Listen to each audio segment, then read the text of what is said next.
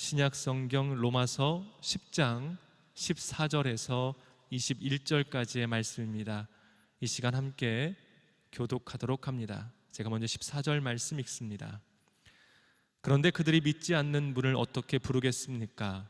듣지도 못한 분을 어떻게 믿겠습니까? 전하는 사람이 없이 어떻게 듣겠습니까?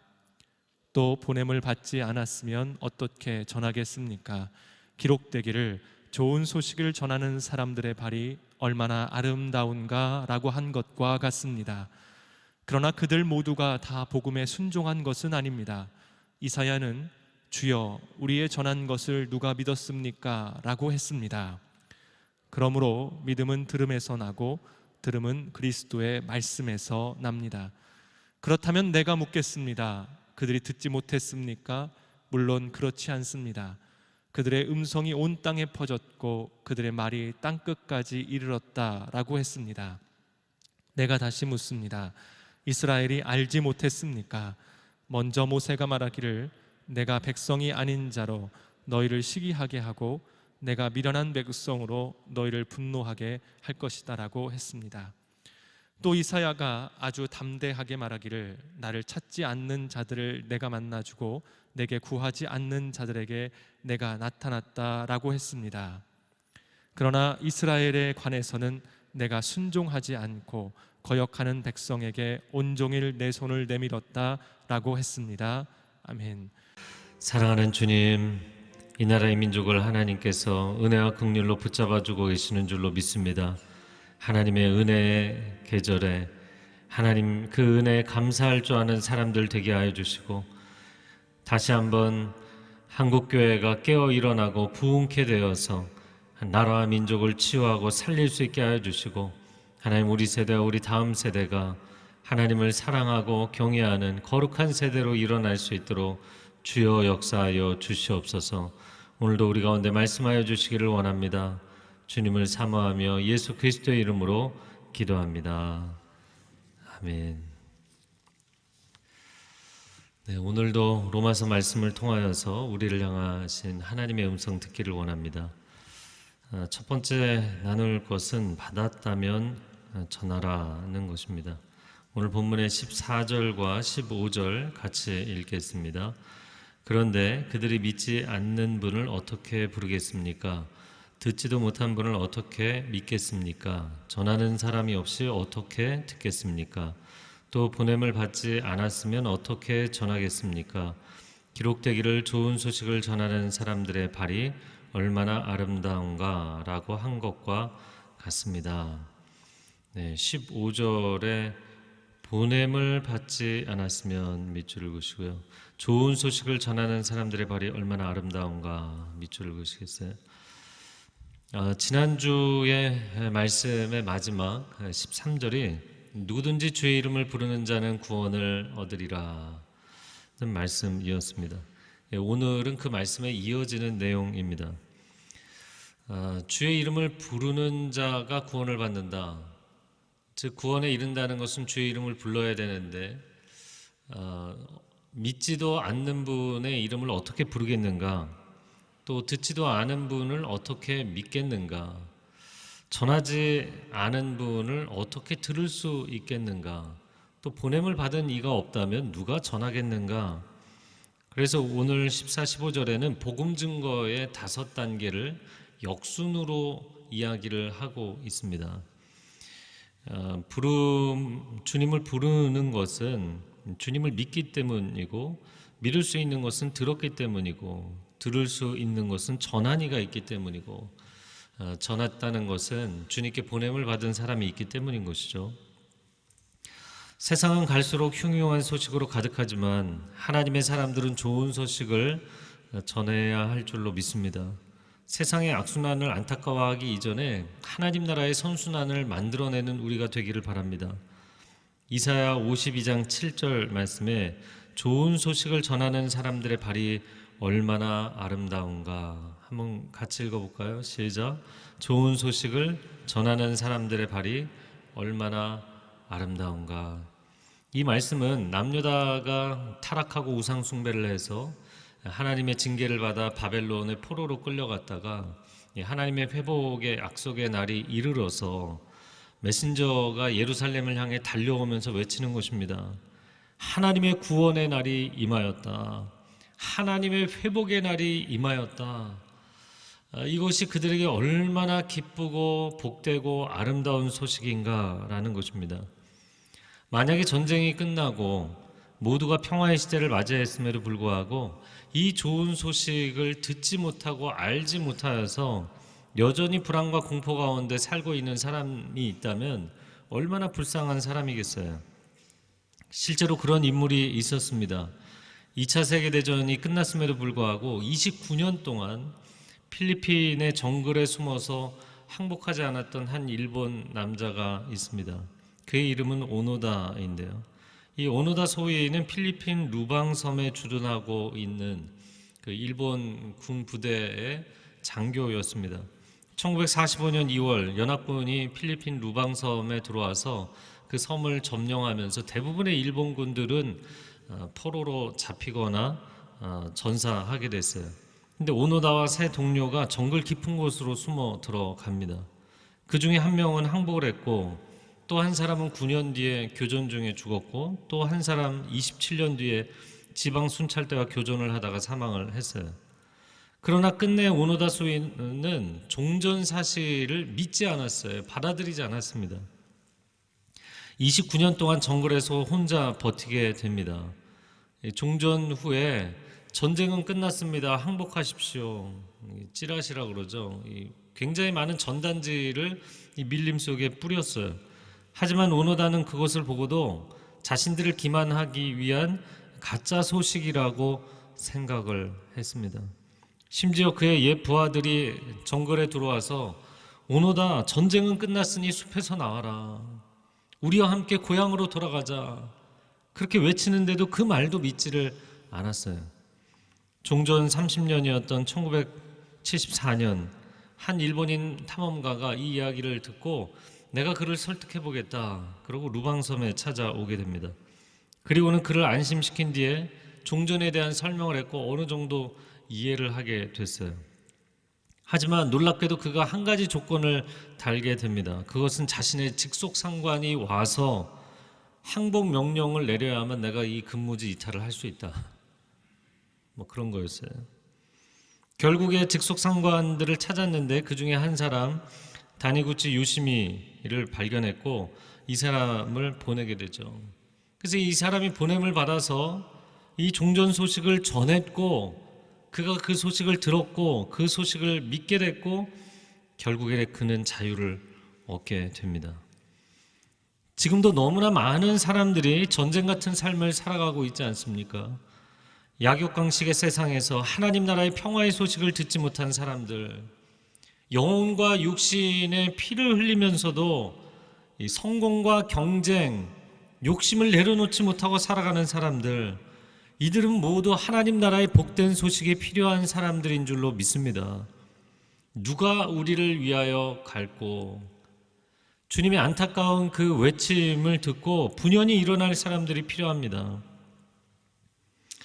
정반대 상황을 생각해 보면 일제치하가 끝나고 광복의 날이 왔을 때 여러분 대한민국 국민 가운데 가만히 있을 수 있는 사람이 누가 있었겠어요? 근데 실제 역사를 보니까 8.15 광복절이잖아요. 1945년 8월 15일에 히로히토 일본 천황이 라디오를 통해서 무조건 항복 선언을 하게 됩니다. 그런데 라디오가 있는 사람들이 많지 않았고 또 수신 상태도 좋지가 않았고 게다가 이 천황이 사용한 일본어가 황실 일본어, 굉장히 어렵고 고급 일본어여서 일반 한국 사람들이 제대로 알아듣지 못했다고 합니다. 그 소식이 제대로 전해지지가 않았기 때문에 8.15에는 사람들이 광복인 줄도 잘 모르고 있었다. 근데 그 다음 날 감옥에 갇혀있던 사람들이 풀려나기 시작하면서 이제야 상황 인식을 하게 되었고 온 국민이 거리로 쏟아져 나와서 해방을 외치고 대한독립 만세를 외치게 된 것이죠. 이번 달 월드컵이 진행이 됩니다. 2002년 월드컵을 기억하시죠? 16강에 오르고 나서는 한 경기 한 경기마다 이길 때마다 사람들이 막 거리로 쏟아져 나와서 경적을 울리고 외치고 난리가 났었어요. 그래서 축구에 하나도 관심이 없는 사람들조차 그 소식을 모를 수가 없는 상황. 여러분, 우리가 세상에서 외쳐야 되는 가장 기쁜 소식이 무엇인가? 가장 좋은 소식이 무엇인가? 당신의 인생의 모든 과오도, 당신 영혼의 모든 죄악과 눈물과 상처도 주님이 다 씻어 주셨습니다. 이제 당신은 더 이상 어둠에 매여 있을 필요가 없습니다. 이제 당신은 자유입니다. 할렐루야. 이것만큼 복된 소식이 어디 있나요? 하나님이 당신을 왜 그곳에 보내셨는가? 왜 그 가정에 여러분을 보내셨는가? 왜 그 일터에 여러분을 보내셨는가? 왜 이 도시에, 왜 그 나라에 하나님이 당신을 보내셨는가? 대한민국 서울에 사는 사람들 뿐만 아니라 북미에, 남미에, 아시아에, 유럽에, 아프리카에 살아가고 있는 사람들, 아니 바로 내가 살고 있고 함께 하고 있는 이 가정에 왜 나를 보내셨는지를 질문하는 사람들까지도 당신은 이 좋은 소식을 전해야 될 사명이 있기 때문에 그 자리에 보냄을 받은 거예요. 사명이 없이 이 땅에 보냄을 받은 사람은 없습니다. 우리는 다 이 사명자로 사는 거예요. 자, 이어지는 16절 말씀 같이 읽어볼까요? 시작. 그러나 그들 모두가 다 복음에 순종한 것은 아닙니다. 이사야는 주여 우리의 전한 것을 누가 믿었습니까? 라고 했습니다. 지금 바울은 유대인들이 복음을 잘 받아들이지 않는다는 이야기를 하는 것입니다. 그래도 외쳐야 할 소식, 그래도 전해야 할 이야기가 있는 것이죠. 목숨 걸고 외쳐야 될 소식이 있다는 것입니다. 마라톤 평원에서 페르시아 11만 대군과 싸웠던 그리스의 1만 명의 군사들, 이 11대 1인데 기적적인 승리를 거두게 되잖아요.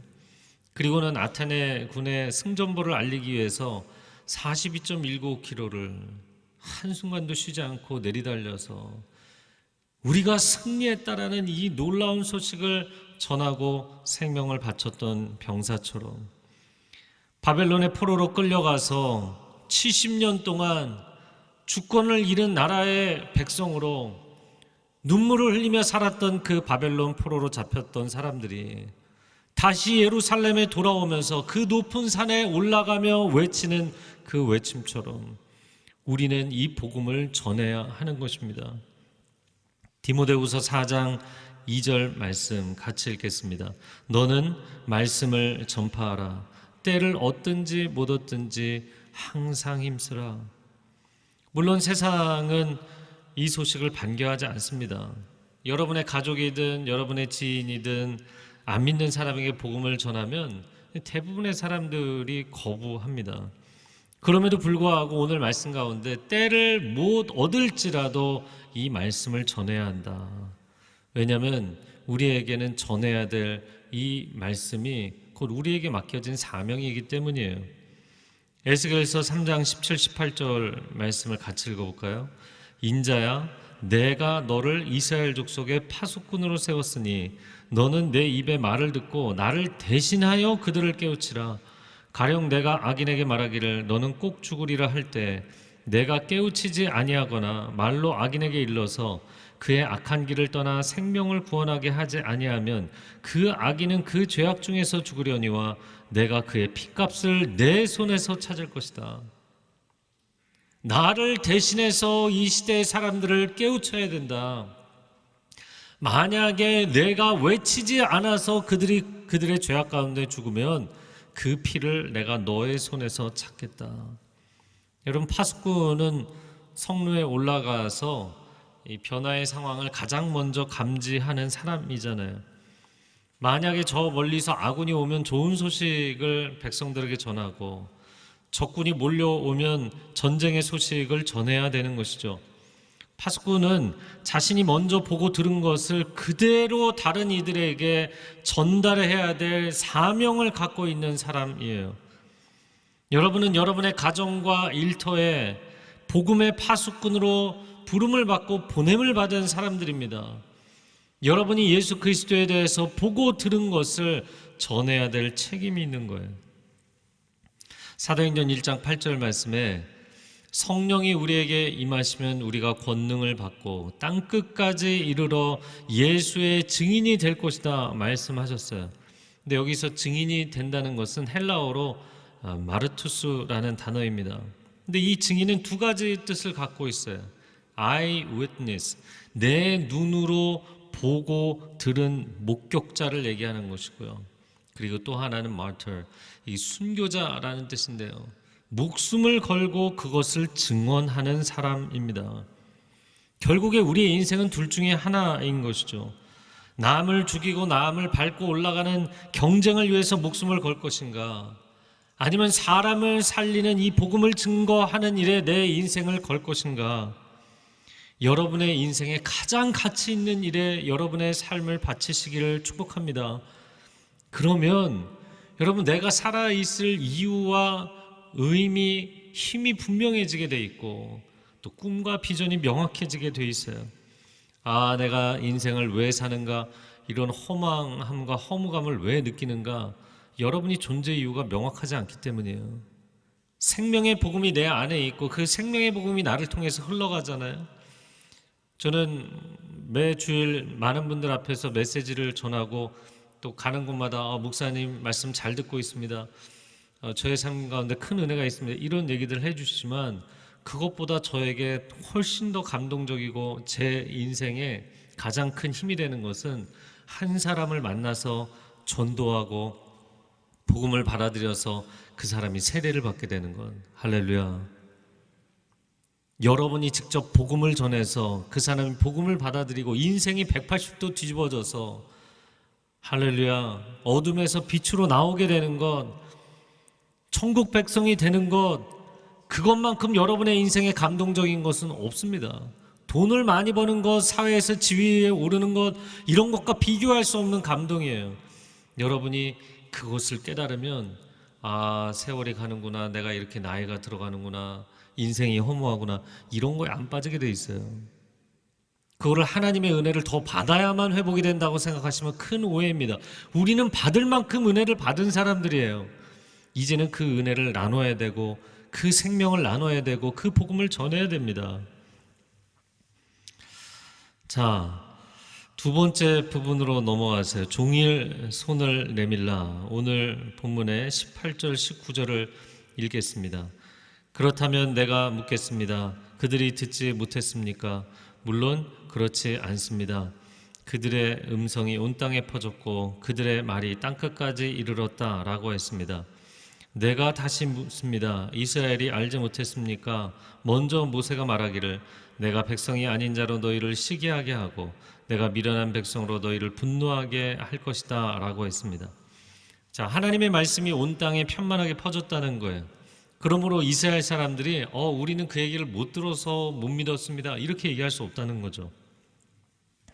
신명기 32장에 모세가 노래로 백성들을 교훈한 내용을 오늘 본문의 19절에 인용을 했습니다.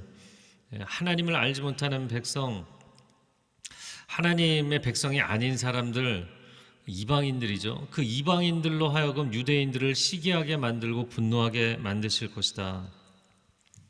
유대인들은 하나님께 선택받은 민족이라는 자민족 우월주의에 빠져 있었잖아요. 영적인 안일함과 교만에 빠져 있었어요. 그럴 수 있었던 것은 그들이 하나님의 말씀을 받은 사람들이기 때문이었죠.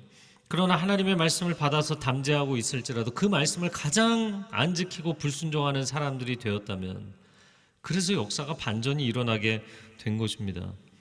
이어지는 20절 21절을 같이 읽겠습니다. 또 이사야가 아주 담대하게 말하기를 나를 찾지 않는 자들을 내가 만나주고 내게 구하지 않는 자들에게 내가 나타났다 라고 했습니다. 그러나 이스라엘에 관해서는 내가 순종하지 않고 거역하는 백성에게 온종일 내 손을 내밀었다 라고 했습니다. 21절의 밑줄을 그으시면 내가 순종하지 않고 거역하는 백성에게 온종일 내 손을 내밀었다. 이사야 65장 1, 2절을 인용한 말씀이 20절과 21절입니다. 하나님은 오랜 세월 반응하지 않고 돌아오지 않고 순종하지 않는 이스라엘 백성들을 향하여서 끊임없이 손을 내미시는 하나님이셨다라는 거예요. 제가 성경 통독을 하면서 깨달은 한 가지는 하나님께서 전면적인 심판을 단행하실 때는 그 공동체가 회복불능의 상태일 때입니다. 의사가 환자의 생명을 살려내는 일에 있어서 쉽게 포기를 하나요? 쉽게 포기할 수 없어요. 어떻게든 방법이 있으면 끝까지 수술을 하든지 약물 치료를 하든지 최선을 다하게 돼 있습니다. 그러나 정말 손을 쓸 수 없을 때가 있거든요. 그러면 수술을 하겠다고 개복을 했다가도 그냥 수술을 하지 못하고 덮는 경우들도 있는 거잖아요. 하나님의 심정이 그런 것이죠. 어떤 이들은 어떻게 선하신 하나님이 그런 전 지구적인 홍수 심판으로 세상에 있는 모든 생명체를 다 죽일 수 있느냐, 너무나 잔인하다, 이렇게 비난을 합니다. 그러나 잊지 마십시오. 하나님은 회복 불능이 되기 전까지는 살려내기 위해서 최선을 다하시는 분이세요. 무드셀라라는 사람의 이름의 뜻이 그가 죽으면 심판이 온다는 것이거든요. 하나님의 심판의 경고의 메시지를 담고 있는 이 무드셀라가 969년을 살았어요. 여러분, 하나님의 징계가 임할 것이라는 그 경고 이후에 1000년씩이나 기다려주시며 심폐소생을 하신 하나님입니다. 그런 하나님에게 어떻게 우리가 비난을 할 수 있겠어요? 하나님은 최선을 다하신 거예요. 코로나 팬데믹에 너무나 많은 사람들이 세상을 떠났잖아요. 병원의 격리 병동에서 또 요양원에서 최선을 다하고도 망연자실해하는 의료진들을 보면서 우리는 과연 무슨 생각을 합니까? 저 의료진들이 너무나 사랑이 없어서 최선을 다하지 않아서 저들이 잔인해서 그렇게 환자들을 떠나보냈다고 생각합니까? 아니잖아요. 인류가 경험하는 불행과 고통에 대해서 우리는 누군가에게 책임 전가를 하고 싶어 하는 거예요. 그리고는 하나님께 책임 전가를 하려고 합니다. 아니요. 하나님은 최선을 다하셨습니다. 그리고 하나님은 종일토록 우리에게 손을 내밀고 계시는 하나님이시다. 그렇게 죄와 절망과 어두움에 갇혀서 살지 말고 내 손을 잡으라고, 한 번만 내 손을 잡으라고 우리에게 안타깝게 손을 내밀고 계신 하나님.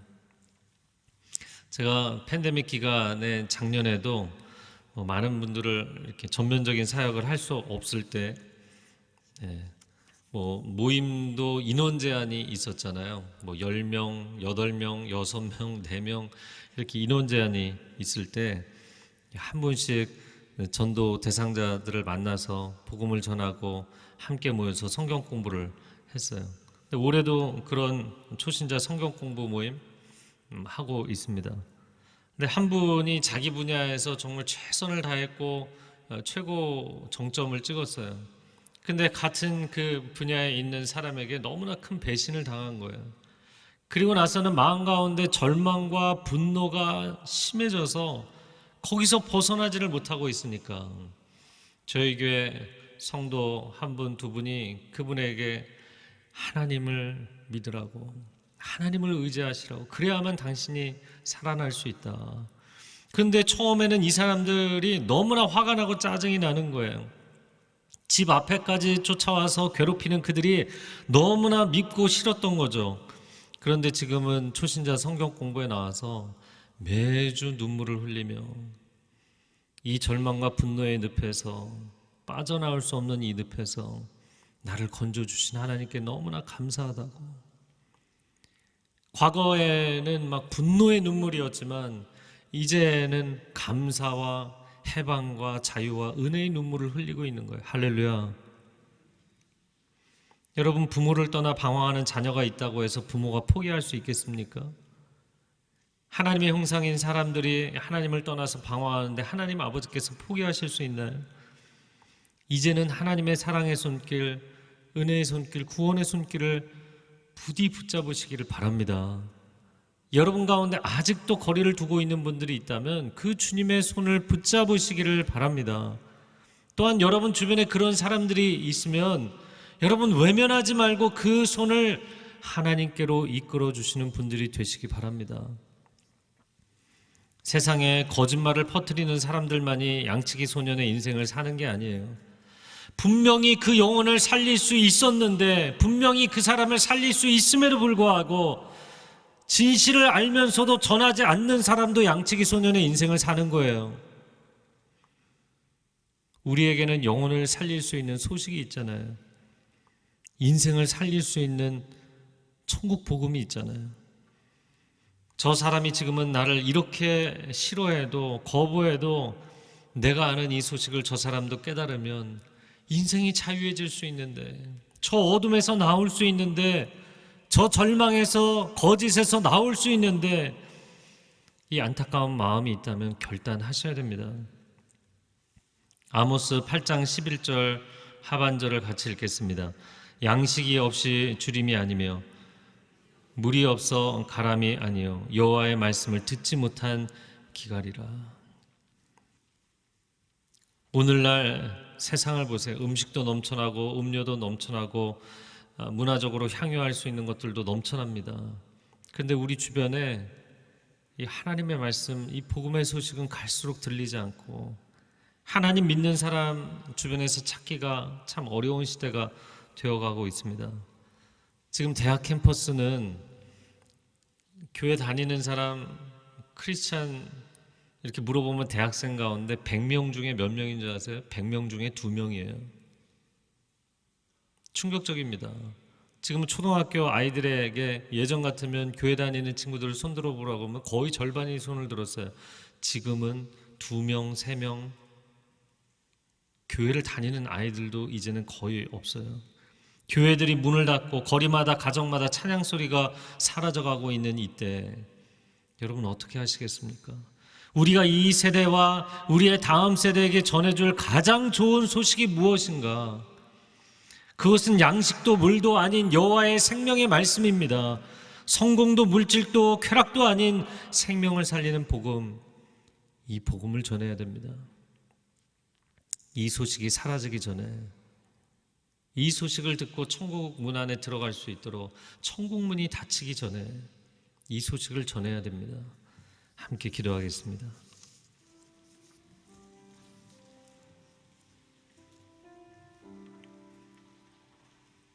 하나님, 내 인생이 슬픔과 절망과 낙심에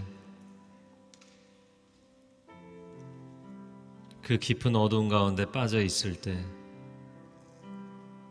나에게 생명의 소식을 전해주시고 나를 건져주신 주님, 빛 가운데 기쁨 가운데 구원의 감격 가운데 살아갈 수 있도록 나를 살려주신 주님, 그 주님의 은혜를 받은 내가 이 한 주간 이 생명의 복음을 나누고 하나님의 그 안타까운 마음, 그 사랑의 마음을 전하는 삶이 되게 하여 주옵소서.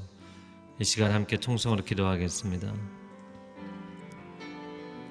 아버지, 아버지, 아버지, 하나님, 어찌 보면 우리가 이 생명의 복음을 전하지 않기 때문에 우리 자신이 지쳐있고 가라앉아있고 내가 왜 살아가야 되는지 이유를 알지 못하고 있습니다. 하나님, 사람 살리라고 우리를 이 땅에 보내셨습니다. 생명을 살리라고, 우리의 가정을 살리라고, 우리의 일터를 살리라고, 이 시대를 살려내라고, 내 곁에 보내주신 사람들을 살려내라고 하나님 우리를 이 땅에 보내셨습니다. 그 하나님의 보내심, 내 인생의 존재 이유, 내 인생의 사명을 감당하지 않기 때문에 하나님, 우리가 지쳐 있다면 우리를 다시금 일으켜 세워주시고 생명의 복음을 증거하며 영혼을 살리며 기쁨으로 살아가는, 충만함으로 살아가는 하나님의 자녀들 될 수 있도록 주여 역사하여 주시옵소서. 주님, 우리를 사용하여 주시옵소서. 주님의 생명의 통로, 구원의 통로 되게 하여 주옵소서. 사랑하는 주님, 감사합니다. 오늘도 말씀을 통하여 우리에게 깨우쳐 주셨사오니 주님의 음성을 듣고 그 음성대로 사명자로 살아가는, 생명 살리는 인생 되게 하여 주옵소서. 예수 그리스도의 이름으로 기도합니다. 아멘.